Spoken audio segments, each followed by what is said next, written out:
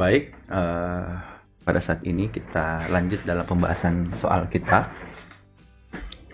Oke, pada kali ini kita akan membahas tentang sistem perkembangbiakan hewan dan tumbuhan. Oke, tentu saja video ini secara khusus untuk saya tujukan kepada murid saya di SMP Waskita Dharma Kota Malang ya. Oke, kita lanjut ke nomor pertama. Oke, perhatikan karakteristik berikut. Tidak melibatkan sel kelamin, didahului dengan proses fertilisasi, melibatkan sel kelamin, sifat keturunan yang dihasilkan bervariasi. Karakter menunjukkan perkembangbiakan generatif adalah, nomor 1 tentu saja, kita cek dulu ya. Kalau generatif itu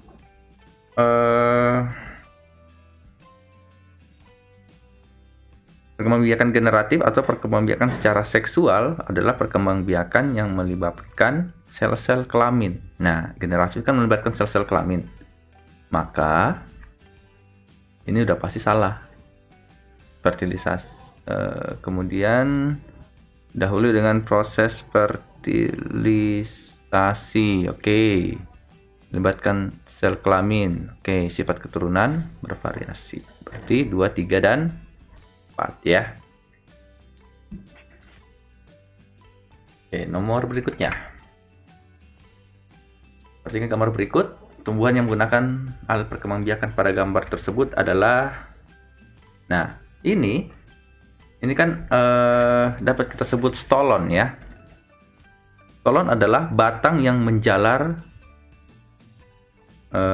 di atas permukaan tanah. Nah, ini batang ini. Nah, ini batang itu menjalar seperti ini ya. Nah, stolon itu biasanya dilakukan oleh stroberi, rumput teki, dan daun talas. Maka jawabannya adalah A. Oke, kita lanjut. Pada perkembangbiakan paku terdapat 2 macam spora, yaitu Archegonium dan Antheridium. Dalam Protalium, Archegonium akan menghasilkan, ini ya. Di dalam Protalium akan menghasilkan Archegonium, yaitu penghasil ovum. Ini Protalium, ya. Dalam Protalium itu akan menghasilkan Archegonium. Ya, Archegonium. Nah, ini Archegonium adalah penghasil ovum, ya. Nah, Protalium menghasilkan apa lagi? Nah, ini ternyata menghasilkan Antheridium. Nah, ini penghasil ovum, maka yang ini adalah penghasil spermatozoid. Oke. Spermatozoid. Nah, ketika ovum dan spermatozoid bertemu, maka ia akan menjadi, jika ini bertemu, maka ini menghasilkan zigot. Ya, zigot, dan menjadi dari zigot tumbuh terus dan menghasilkan tumbuhan paku ya, yang sporofit ya. Sporofit itu artinya menghasilkan spora ya. Jadi Archegonium,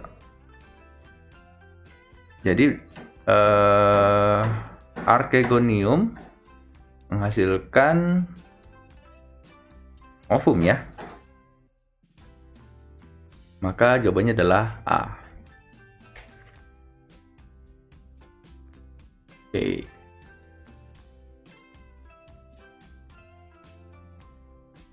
Oke, kita lanjut. Jadi udah jelas ya, Protalium menghasilkan Archegonium. Archegonium itu penghasil ovum.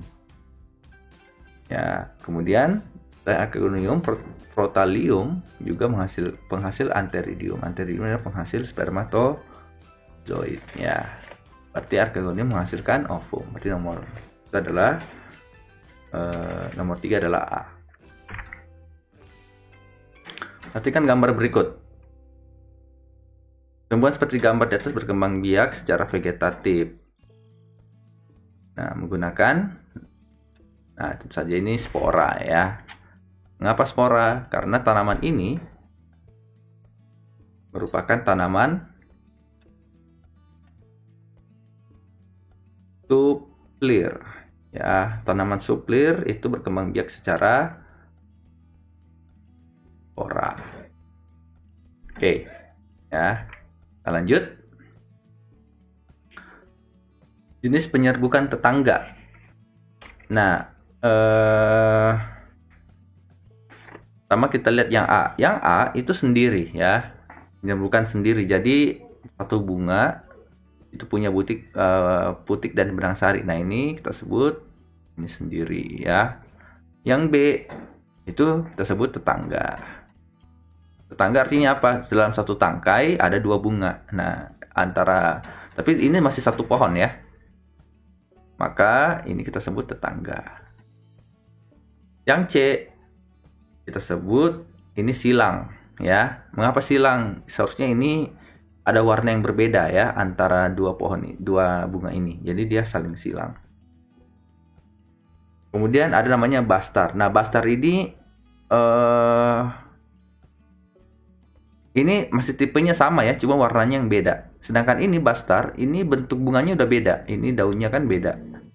Ini bentuk daunnya agak lebar, ya, maka ini kita sebut bastar ya. Ini tadi silang, jadi ini adalah bastar. Maka yang dimaksud tetangga adalah yang B. Oke. Nomor 6. Alat reproduksi seksual. Pada gambar di atas ditunjukkan oleh nomor. Ya, tentu saja pada tanaman itu alat reproduksi seksual itu adalah bunga ya. Jadi dalam bunga itu ada putik dan benang sari. Berarti ini kan bunga. Berarti bunga adalah nomor 3. Oke, lanjut. Nomor 7. Perhatikan bagan pergiliran keturunan pada tumbuhan lumut. Oke, untuk mengisi nomor 1, 2, 3, dan 4 berturut-turut. Nah, ini coba perhatikan. Ini adalah pergiliran ya. Pertama spora, kemudian ada namanya dari spora itu menghasilkan protonema, yaitu berarti nomor 1 protonema. Dari protonema itu menghasilkan gametofit ya. Nah, gametofit itu kita sebut tumbuhan lumut dewasa. Nah, gametofit itu menghasilkan archegonium yang sel telur ya, dan antheridium yang menghasilkan spermatozoid. Ya, berarti nomor 4 ini kan menghasilkan ovum. Ya, berarti nomor 4 itu ovum, berarti archegonium ya. Jadi nomor 1 protonema, nomor 2 gametofit, yang ketiga ini nomor 3 spermatozoid, berarti ini kita sebut antheridium ya. Antheridium. Yang keempat ini ovum, maka kita sebut itu dihasilkan oleh archegonium. Kan nomor protonema, kemudian gametofit, antheridium, dan arche. Berarti ini jawabannya adalah A. Oke, kita lanjut ke nomor berikutnya. Nomor berikut menunjukkan tanaman buncis pada tahapan tumbuhan yang berbeda. Urutan tahapan pertumbuhan yang benar, ya tentu saja. Pertama kan pasti biji ya, berarti nomor 2. Ini yang nomor 2. Kemudian setelah bijinya tumbuh kan, berarti nomor 1. Setelah bijinya tumbuh, sudah muncul akar, nah ini makin tinggi, maka ini yang ketiga. Kemudian menjadi tanaman, bijinya sudah hampir hilang, yang 4 ya. Berarti 2, 1, 4, 3. Yang B.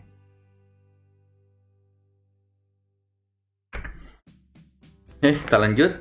Teknologi yang berperan dalam memperbanyak tumbuhan dengan cara mengambil suatu bagian dari tanaman. Jadi tanamannya diambil bagiannya ya. Apakah selnya atau jaringannya dapat kita sebut. Nah, ini ada 4 opsi, ada hidroponik, kultur jaringan, vertikultur, dan inseminasi buatan. Nah, kita pelajari dulu hidroponik itu apa. Hidroponik adalah budidaya menanam menggunakan air tanpa tanah ya. Nah, jadi airnya itu mengandung nutrisi. Jadi tanaman itu mendapatkan nutrisi dari mana? Itu dari air. Ya, nah ini sudah banyak dilakukan. Biasanya pakai pipa disusun-susun. Ini membutuhkan lahan yang tidak besar ya. Di pekarangan rumah mungkin bisa ada banyak sayur-sayuran yang misalnya yang ditanam secara hidroponik. Jadi menggunakan air ya yang dialiri terus-menerus. Nah, berarti jawaban hidroponik itu bukan ya. Budidaya memanfaatkan air, tidak mengambil dari tanaman selnya ya, sel atau jaringan tertentu. Nah, kemudian yang B itu kultur jaringan. Kultur jaringan adalah memperbanyak tanaman dengan cara mengisolasi bagian-bagian tanaman. Jadi bisa daunnya diambil ya, batangnya diambil, akarnya diambil, lalu ditumbuhkan pada media yang penuh dengan nutrisi.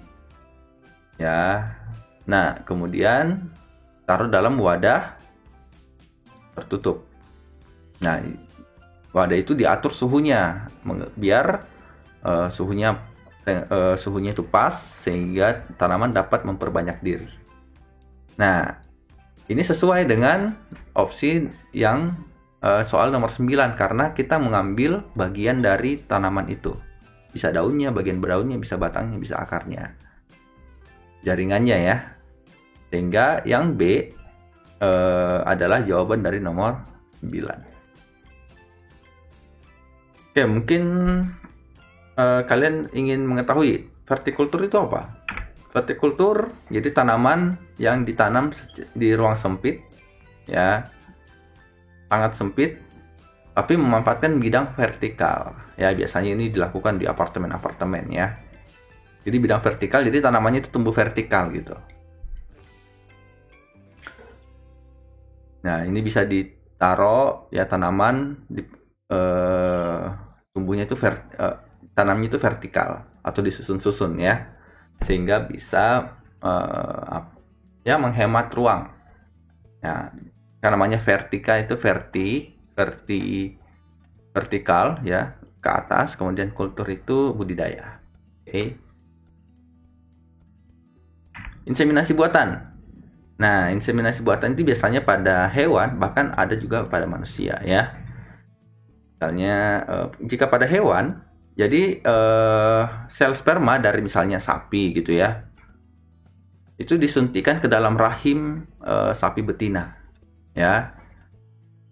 Nah, sama dengan mirip-mirip manusia juga bisa. Jadi sel sperma itu langsung disuntikan ke dalam rahim wanita sehingga terjadi inseminasi. Jadi itulah proses itu kita sebut inseminasi. Jadi tidak langsung secara seksual ya. Jadi ini langsung disuntikkan. Ya, misalnya ini untuk jadi manfaatnya ya ini untuk mempermudah ya. Misalnya ada masalah-masalah fertilitas pada manusia sehingga sulit, misalnya seorang istri hamil ya, maka dilakukan metode ini. Misalnya juga bisa dilakukan juga pada hewan, misalnya sapi, kemudian ada juga misalnya di Cina ada yang lakukan pada babi ya, sehingga tidak perlu mendatangkan jantannya, langsung menghampiri si betina ya. Jadi langsung disuntikan aja sperma yang diambil daripada sapi jantan itu langsung disuntikan kepada betina tanpa kita harus mendatangkan sapi jantannya. Jadi memang efisien ya dan mempermudah terjadinya fertilisasi pada hewan. Oke, nomor 10. Nah, gambarnya seperti ini. Mungkin di tugas Anda itu mungkin nggak terlalu jelas ya, cuman di sini gambarnya seperti ini. Gambar itu hewan kupu-kupu hinggap pada bunga A, lalu pindah ke bunga B. Ya, serbuk sari dari bunga A, kemudian si kupu-kupu hinggap di bunga B. Nah, kemungkinan yang dapat terjadi, berarti ini kan bunganya beda ya. Ini bunga merah, ini kan bunga matahari. Ini tipenya ini bukan bunga matahari ini. Ya udah, berarti karena bunganya berbeda, maka beda jenis. Nah, beda jenis kan tidak dapat ya. Tanaman yang berbeda, sehingga tidak dapat membentuk keturunan. Jadi kalau beda spesies itu nggak bisa. Oke. Jadi jika tanaman beda spesies itu tetap, misalnya mangga kawinkan dengan pohon durian, ya nggak bisa ya, itu beda spesies. Ya, sama seperti ini. Oke, nomor 11. Cara perkembangbiakan hewan pada gambar berikut yang benar adalah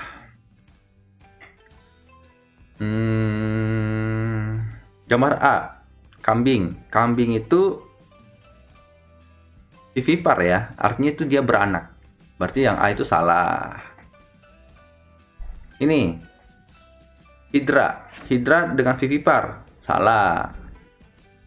Kalau kambing tadi itu vivipar, kemudian hidra ini biasanya hewan di laut ya, itu menggunakan fragmentasi, kemudian ini apa, ini mungkin nggak kelihatan, ini kadal ya. Nah, kadal itu ovovivipar. Jadi dia bertelur, cuman telurnya itu nggak dikeluarkan ya.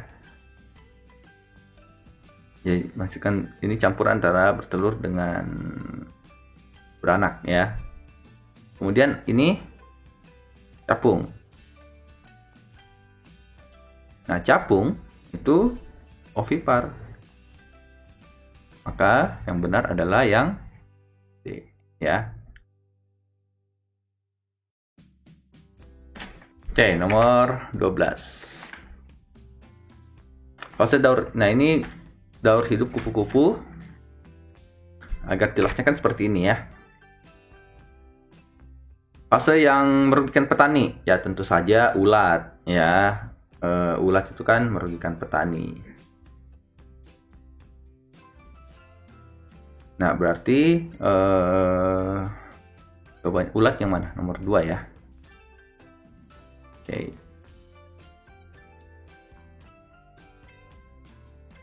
Berarti ini sudah jelas, ulat itu kan hama. Jadi memang merugikan petani. Disebut hama karena ulat itu ya memakan daun-daunan ya. Sehingga merugikan tanaman yang ditanam oleh petani. Kita lanjut. Hewan yang daur hidupnya mengalami metamorfosis tidak sempurna adalah capung. Karena daur hidupnya tidak ada fase. Nah, agar metamorfosis sempurna harus ada ulat dan kepompong ya. Itu kita sebut metamorfosis sempurna. Maka jawabannya adalah B. Capung itu tidak punya ulat, tidak punya kepompong ya. Atau bukan tidak punya, fasenya tuh dari telur menjadi capung itu tidak ada fase ulat dan fase kepompong. Karena tidak ada fase itu, maka kita dapat simpulkan bahwa capung mengalami metamorfosis yang tidak sempurna. 14. Kemampuan organisme membentuk tubuh secara sempurna dari bagian tubuh yang terpisahkan. Oke. Nah, ini dapat jawabannya apa? Ini dapat kita jawab adalah yang A.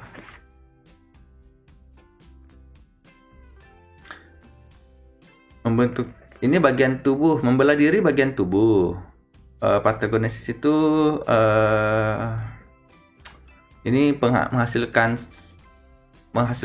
apa, fertilisasi tanpa sel sel jantan ya. Jadi tidak ada perkawinan. Jadi langsung ini menghasilkan telur tanpa proses fertilisasi.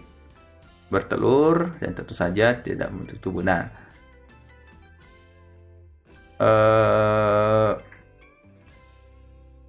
jadi mengapa bukan membela diri? Itu karena kalau membentuk tunas, jadi dia tuh dari bagian tubuhnya terbentuk tubuh lain. Terbentuk tubuh lain yang dan tubuh aslinya itu tidak berubah sama sekali ya. Misalnya pisang itu punya tunas. Nah, tunasnya itu berbeda dengan induknya ya. Itu terpisah, cuman induknya tidak kenapa-napa. Nah, beda dengan kayak amuba, dia kan membela diri. Nah, kalau amuba membela diri kan ya kira-kira gini lah ya. Amuba membela diri, jadi induknya tuh gini ya. Nah, ini membela diri. Ini misalnya gini ya. Nah, induknya berubah bentuk juga untuk mengakomodir anaknya. Nanti ini tumbuh, ya tentu saja gini kan, baru menjadi dua makhluk, baru sempurna. Sedangkan kalau tunas enggak. Misalnya ini pohon ya. Ini tunas gini. Nah, ini cuma terhubung satu pada saat ini kan sudah menghasilkan anakan ya. Nah, ini induknya, ini tunasnya. Dan ini individu baru, ini individu baru. Tidak ada perubahan bentuk pada induknya. Maka itu berarti ini organisme ini itu membentuk tubuh secara sempurna dari bagian tubuh. Ya, ini kan akarnya ya.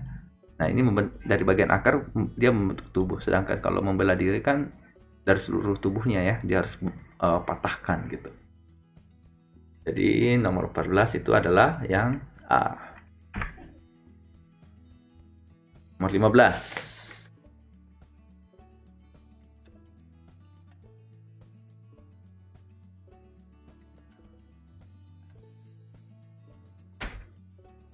Nah, ini pembentukan tunas ya. Pembentukan tunas ini tunasnya ada yang seperti saya jelaskan. Ini tunasnya ini sudah patah, kemudian ini sudah menjadi individu yang baru. Maka ini kita sebut C ya, pembentukan tunas. Prosesnya seperti ini. Oh ya, kita balik lagi, sepertinya saya salah ya. Ini berarti bukan tunas. Berarti sudah benar tadi dugaan saya bahwa ini membela diri jawabannya ya. Ini membela diri. Karena mengapa membela diri? Ini bagian tubuh yang terpisahkan. Berarti ya sama seperti ini ya. Ini organismenya. Ini organisme. Nah, terpisah berarti gini kan? Ya terpisah ya gini. Oke. Nah, bagian tubuh yang terpisahkan ini ya. Membentuk tubuh secara sempurna. Jadi berarti awalnya itu tubuhnya nggak sempurna ya, awalnya nggak sempurna karena patah kan. Nah, ini membentuk sempurna sehingga menjadi individu yang baru ya. Nah, baru ini membentuk tubuh secara sempurna. Berarti yang tadi nggak sempurna karena membela diri. Beda kalau tunas kan sudah sempurna bentuknya ya, cuman kurang tinggi aja seperti yang contoh ini. Oke, berarti saya ralat tadi nomor 14 itu adalah B dan nomor 15 adalah C. Oke, lanjut nomor 16. Oh ya, ini ya penjelasannya. Tunas akan tumbuh pada bagian tubuh induk hewan. Nah, tidak membela diri ya. Tidak, beda kayak tadi. Bentar, mana itu?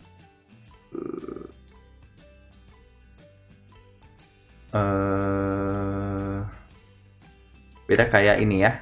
Nah, ini dia membentuk tubuh secara sempurna dari bagian tubuh yang terpisah. Nah, sedangkan kalau tunas akan tumbuh pada bagian tubuh induk hewan. Jadi bagian tubuhnya misalnya, ini kan hewan ya, ini bukan pisang. Ya, hewan juga ada yang bertunas cara perkembangbiakannya. Nah, pada hewan itu tunas akan terlihat menonjol sehingga terus tumbuh dan berkembang pada tubuh induknya hingga beberapa waktu. Jadi induknya masih hidup, bentuknya masih sama. Setelah siap, tunasnya melepaskan diri dari tubuh induknya dan berhasil menjadi individu yang baru. Contohnya adalah hidra dan ubur-ubur. Nah, inilah contoh hewan yang bertunas. Oke, perhatikan gambar berikut. Buaya. Buaya itu gimana? Reptil pada gambar adalah buaya. Tentu saja kan nggak ada buaya yang beranak ya.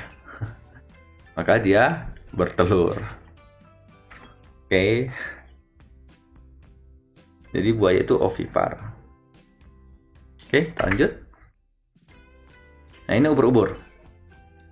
Ya, oke. Ubur-ubur reproduksi secara aseksual. Nah, ini aseksual itu, nah ini ya, ini kan proses seksual ini karena ada telur yang dibuahi.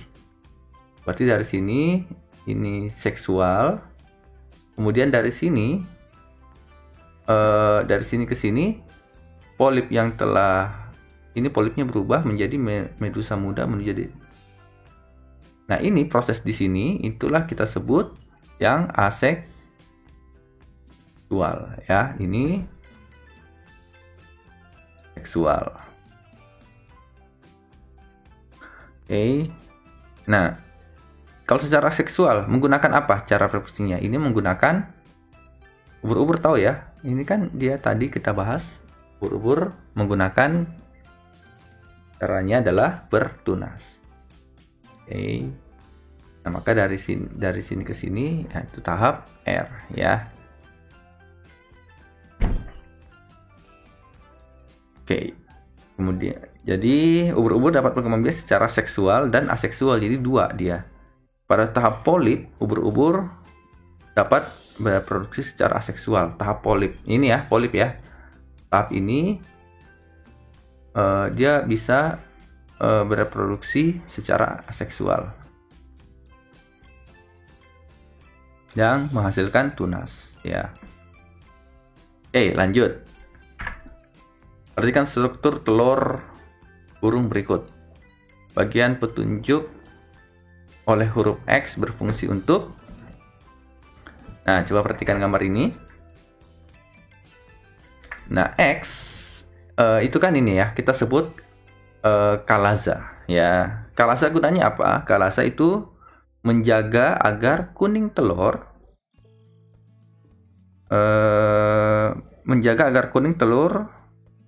yang adalah kuning telur kan sebagai cadangan makanan pada embrio ya. Embrio yang ada dalam telur ini tetap pada tempatnya. Jadi yang kuning telur ini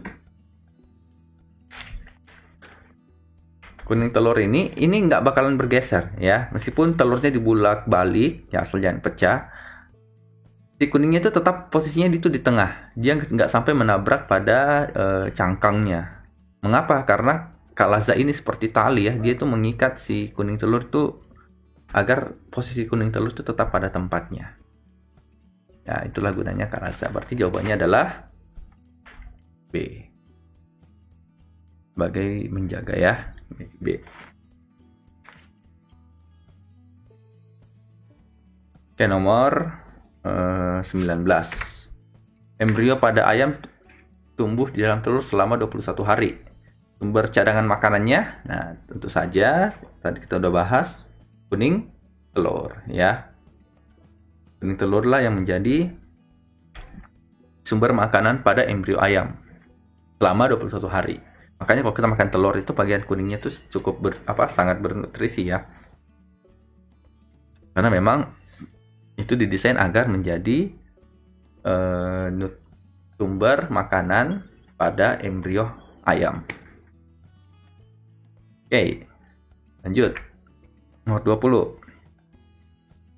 Teknologi yang digunakan untuk mengatasi kesulitan bertemunya hewan jantan dan betina karena faktor geografis atau karena masa kawin yang berbeda. Ya, tentu. Faktor geografis itu misalnya sapi ya, sapi jantan dan sapi betina. Itu jauh. Misalnya sapi Jawa Barat dan sapi Jawa Timur. Kita ingin kawinkan. Kan cukup jauh, kan repot kita bawa sapinya ya. Sapi jantannya dibawa ke Jawa Barat misalnya dari Jawa Timur kan cukup jauh, maka itu sangat sulit dan ongkosnya mahal, maka kita sebut kesulitan karena faktor geografis. Nah, ada juga karena masa kawin yang berbeda, misalnya sapi Jawa Barat masa kawinnya misalnya Oktober sampai Desember, sedangkan masa kawin sapi Jawa Timur misalnya dia dari April sampai Juni, ya itu kan beda waktunya. Sehingga ya kalau dipertemukan belum tentu mereka kawin kan. Maka untuk mengatasi itu apa yang dilakukan? Kita gunakan inseminasi buatan ya. Udah habis berarti. Nah, inseminasi buatan seperti yang sudah dijelaskan sebelumnya. Bayi tabung ya itu proses fertilisasi yang berada di luar tubuh ya, bukan di luar tubuh, itu jadi sel telur dan sel sperma itu disatukan dalam suatu tabung yang steril. Cloning itu biasanya terjadi pada hewan, misalnya cloning itu hewan yang membelah diri. Ya, itu cloning karena induknya persis sama ya. Sudah ada beberapa hasil cloningan dari hewan yang misalnya sapi, kambing ya. Itu ada beberapa yang dikloning. Oke. Demikian pembahasan soal kita sampai nomor 20. Ya, kiranya membantu kalian dalam memahami sistem reproduksi pada hewan dan tumbuhan. Oke. Sampai bertemu lagi di video selanjutnya. Bye-bye.